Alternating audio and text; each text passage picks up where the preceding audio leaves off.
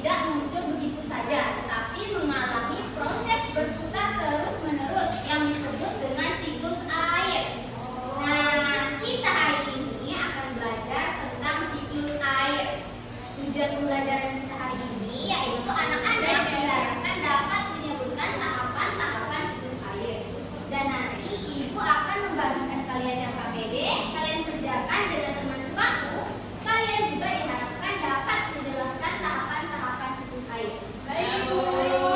Selanjutnya ibu akan menayangkan sebuah video.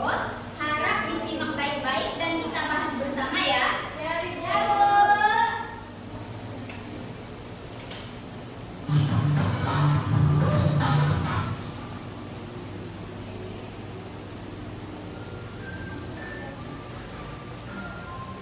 Pada video kali ini kita akan mempelajari tentang siklus air.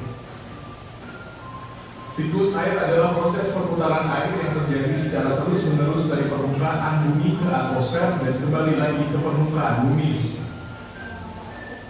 Perhatikan siklus air berikut. 1. Sinar matahari akan menguapkan air yang berada pada permukaan bumi seperti air laut.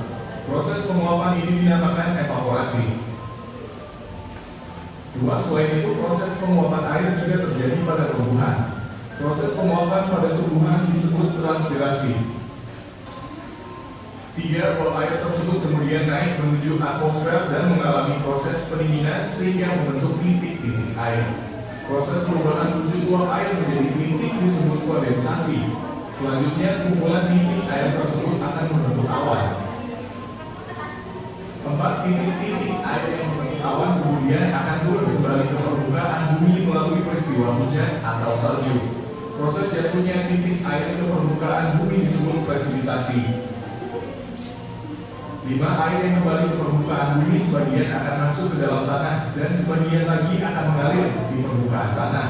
Proses masuknya air ke dalam tanah disebut infiltrasi. Sementara itu aliran air yang ada di permukaan tanah disebut limpasan.